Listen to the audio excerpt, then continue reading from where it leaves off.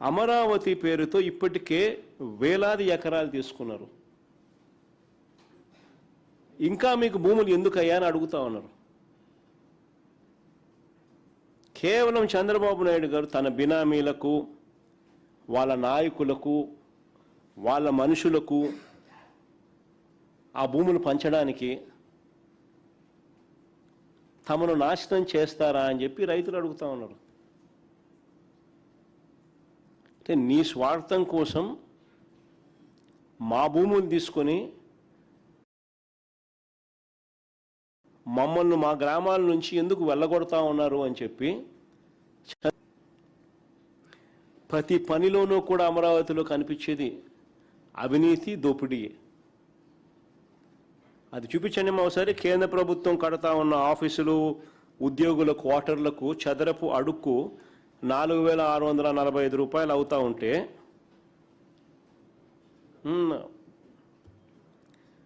కేంద్ర ప్రభుత్వం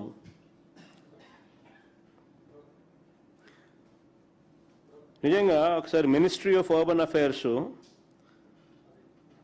క్యాబినెట్ అప్రూవల్లో సెంట్రల్ గవర్నమెంట్ క్యాబినెట్ అప్రూవల్ ఇచ్చింది. Cost per SFT ministry of urban affairs release చేసిన ప్రెస్ రిలీజ్ ఇది.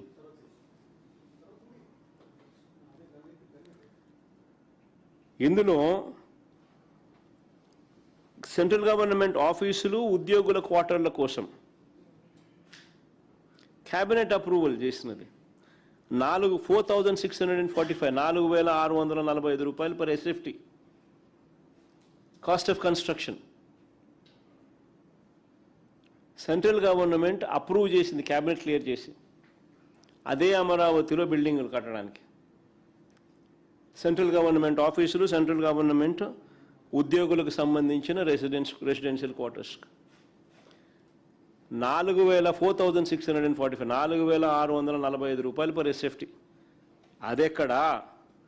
మరోవైపు చంద్రబాబు కడతా ఉన్న కొత్త సెక్రటేరియట్ నిర్మాణం కోసం ఆయన ఖర్చు చేస్తూ ఉన్నది అడుక్కు 20,439 రూపాయలు పర్ ఎస్ఎఫ్టీ. చంద్రబాబు నాయుడు కడతా ఉన్న సెక్రటేరియట్ దేశంలో ఎక్కడా లేని విధంగా 52 లక్షల ఎస్ఎఫ్టీ.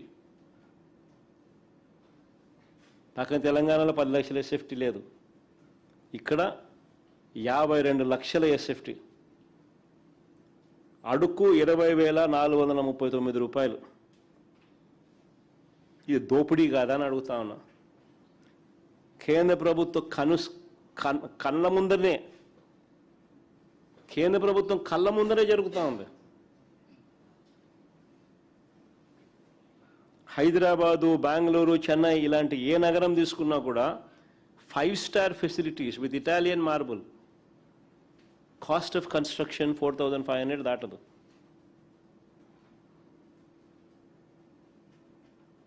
ఇది 20,439 రూపాయలు. నేషనల్ హైవే నిర్మాణం కిలోమీటర్కి ఎంత తెలుసా? కేంద్ర ప్రభుత్వం లిఖితపూర్వకంగా పార్లమెంట్లో ఒక క్వశ్చన్ అడిగితే ఆ క్వశ్చన్కు సమాధానం చెబుతూ లిఖితపూర్వకంగా ఇచ్చింది. కిలోమీటర్కు 24 కోట్లు అవుతుందని. Nitin Gadkari in response to Lok Sabha question, Shri Nitin Gadkari ji, Honorable Minister for Roads and Transport, National Highway cost to average per kilometer cost 24 crores అవుతుందని చెప్పి పార్లమెంటుకు రాతపూర్వకంగా రాసిచ్చినాడు ఆన్సర్. అమరావతిలో ఎంత తెలుసా? కిలోమీటర్కి యావరేజ్ 53 కోట్లు. కిలోమీటర్కి యావరేజ్ 53 కోట్లు అంటే డబుల్ కన్నా ఎక్కువ.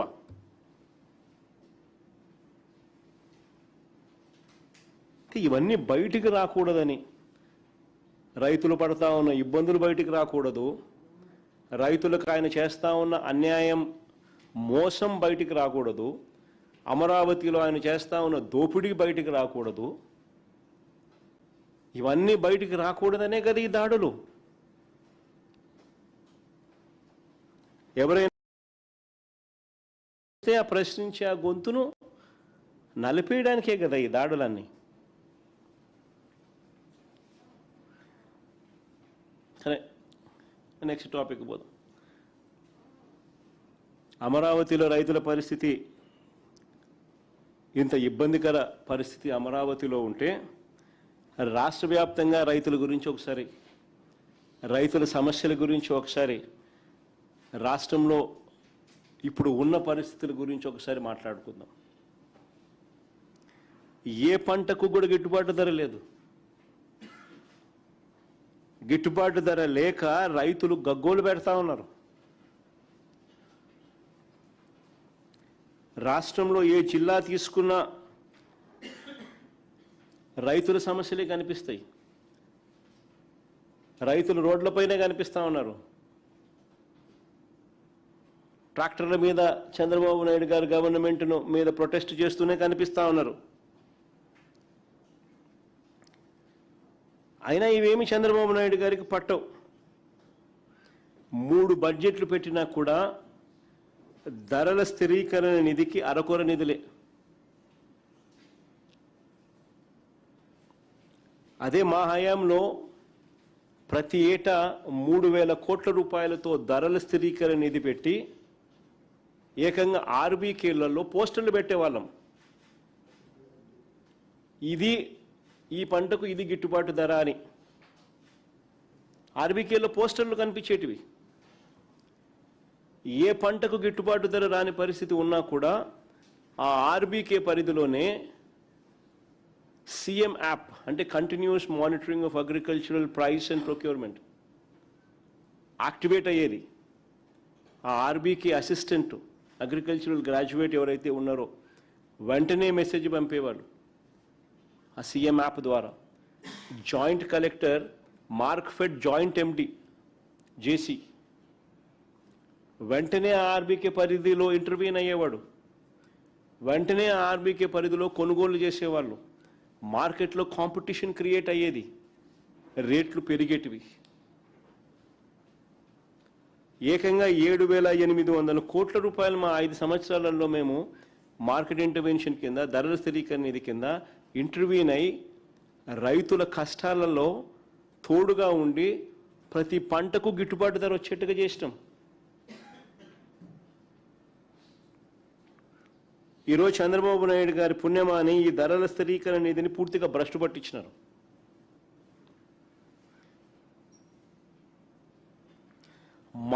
మా ప్రభుత్వ హయాంలో ఏదైనా పంటగన రైతు వేస్తే రైతుకు ఒక గ్యారంటీ ఉండేది. నేను నష్టపోను, ప్రభుత్వం నాకు తోడుగా ఉంటుందన్న గ్యారంటీ ఆ ప్రతి రైతుకు ఉండేది.